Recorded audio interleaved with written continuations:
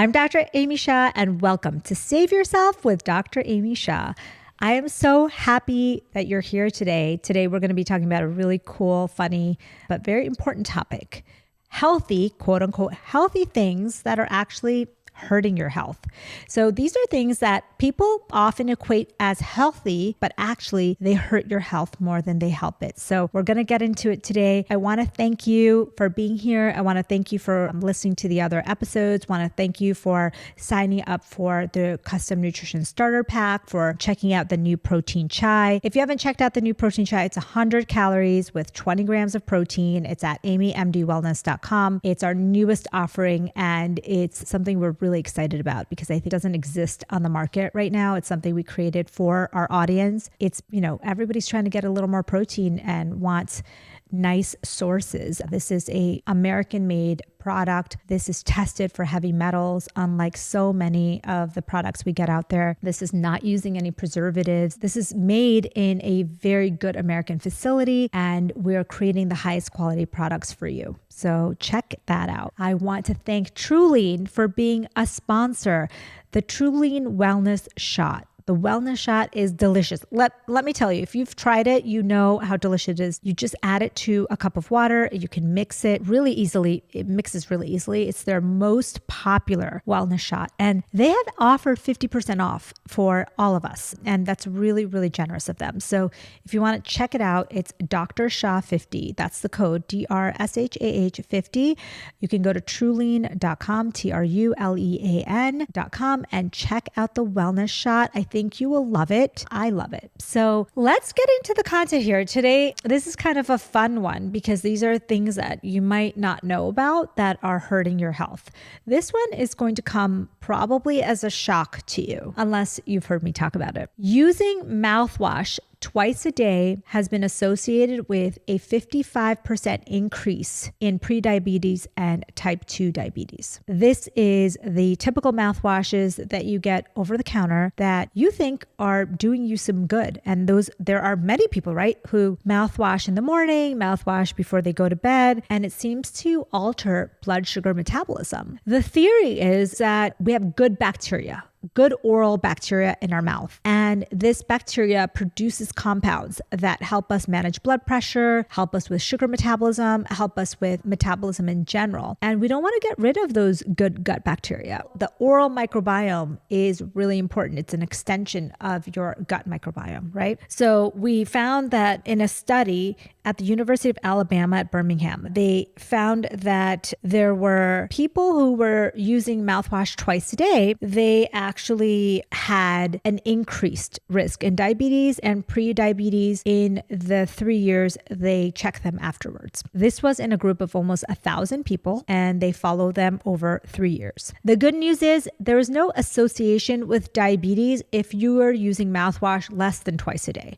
So if you're someone who occasionally uses mouthwash or even uses it once a day, probably okay. They even controlled for other factors that might have been causing the association.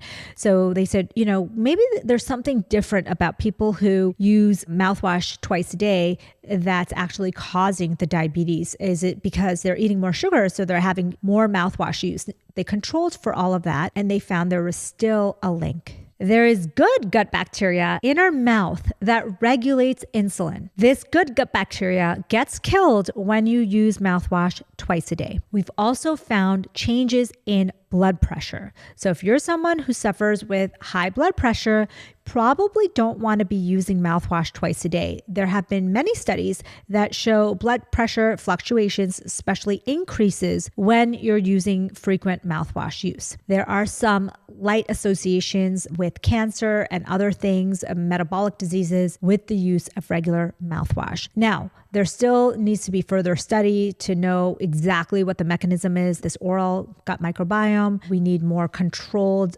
double-blind, randomized control studies to check this association to see if it's causal. But for now, I think it makes sense that if you're someone who uses mouthwash twice a day, you may want to cut down or do it occasionally only. Okay, I know that was a big one for a lot of you. A lot of people, including my friends and family, did not know about this mouthwash piece.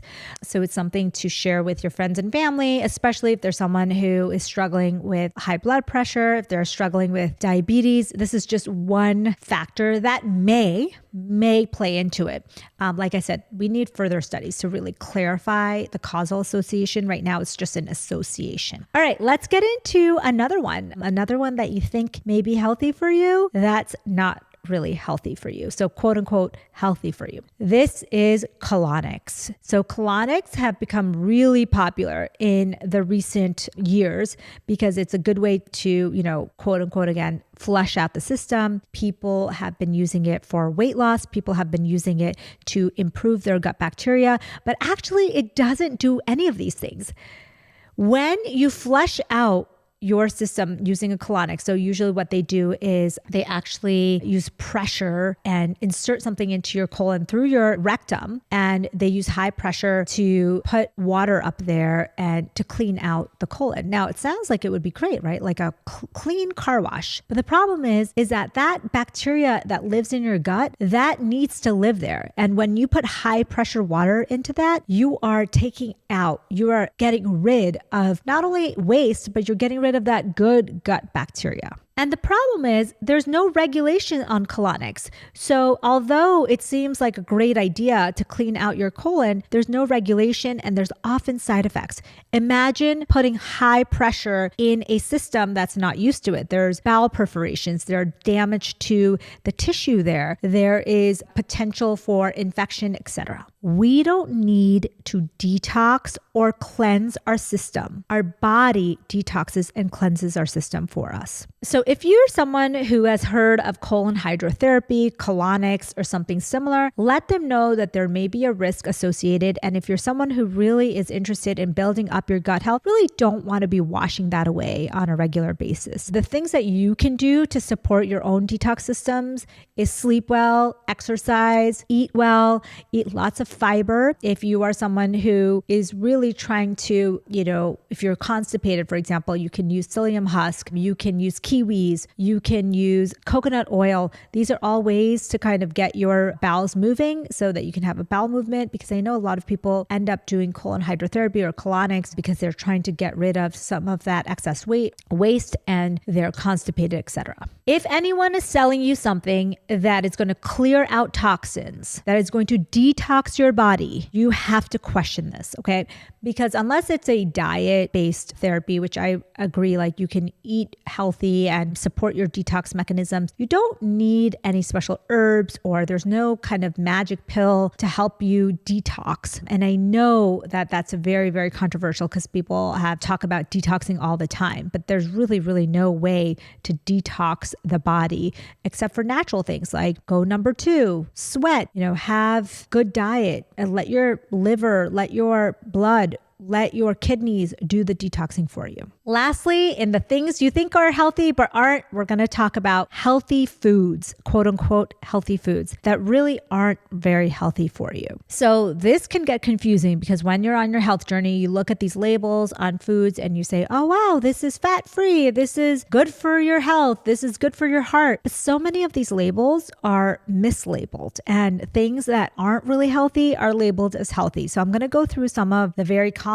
things that people get wrong on this health journey that I think could maybe help you too, because I've fallen into these traps as well. So number 1 is yogurt. So as you know, yogurt is one of the healthiest foods you can be eating. If you've heard any of my other episodes, I frequently mention yogurt in the probiotic foods that you should be eating. However, not all yogurts are created equal. There are yogurts that don't have probiotics at all. There are yogurts that have more sugar than a candy bar. There are yogurts that have more artificial sweeteners and artificial colors and flavorings than something that you would traditionally consider unhealthy. So those yogurts that have artificial fruit in it, that have M&Ms in it, that have different colors and flavors in it, those are yogurts you should avoid. In the US, we're lucky if a yogurt has probiotics in it, it has to be listed on the package. So if your yogurt does not list a bacteria or does not say probiotic bacteria, this means that it has been heat processed and doesn't have probiotics at all. Another big one is granola. Now, there's a very big difference between homemade granola and granola that you get at a traditional grocery store. So I'm talking about the latter. The traditional grocery store granola is full of sugar. It's full of processed oils and processed ingredients, and it's very calorie dense. So you eat a bowl of granola thinking you're eating something healthy, and often you're getting a lot more sugar, fat, and calories than you bargained for. And so you really want to be very careful when you're using a store-bought granola. Next one is juice. Now, I love to talk about juice because juice is something that people traditionally think is healthy. And if you're drinking a vegetable juice at home made, it generally is healthy. I'm talking about the processed juices you get at the grocery store, the orange juice. Orange juice for many years was thought of as a health food. You start your day with orange juice and a bagel or toast. That's how we started our days in medical training. When I was in medical school and also residency and my fellowship, so all those years, we were served bagels and cream cheese and coffee and orange juice. Orange juice, a traditional orange juice, if it was just fresh squeezed, it's different. But when it comes from the grocery store, it's often devoid of most of the antioxidants. It has some vitamin C, but really has high amounts of sugar and very little fiber. And so what you end up drinking is a whole huge big gulp of sugar. Now, I have been,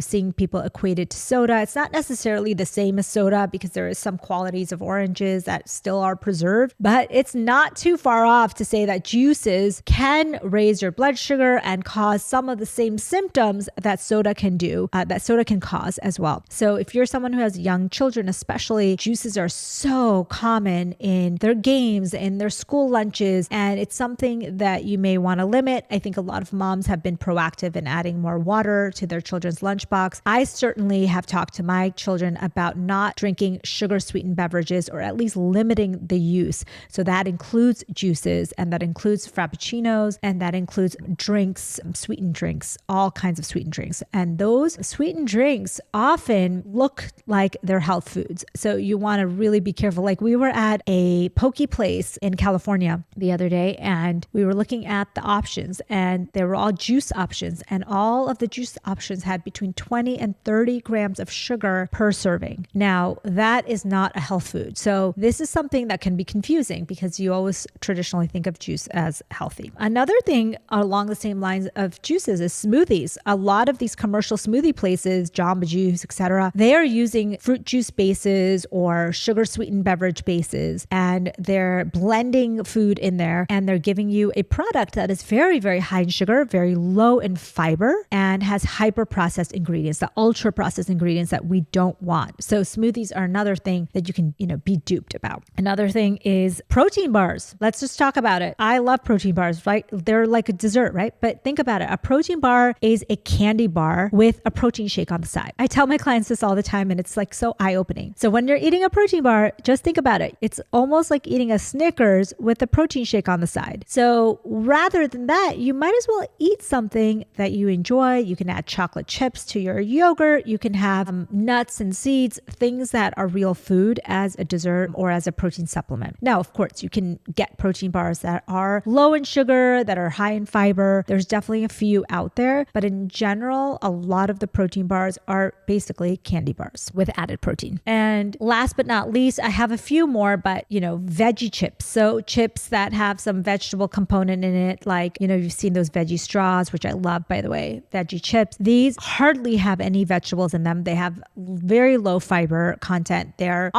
Some of these brands are often ultra processed, and they're often fried. So what you think you're getting is, a broccoli that has been lightly toasted. No, what you're getting is something that's like a powdered potato starch that has been deep fried and rebranded as a vegetable chip. So you really have to be careful with labeling out there. So I hope you found some of these helpful. There's a few others, but these are the big ones. I hope you found this helpful. I think that there's many, many things in the health world that seem healthy, but they aren't. I haven't covered even a fraction of them. If you want me to cover more of these, let me know. I would be happy to cover more of these and help you through this process. This is all about elevating your life, your health, and saving ourselves. Thank you so much for joining. I'm Dr. Amy Shah, and this is Save Yourself with Dr. Amy Shah.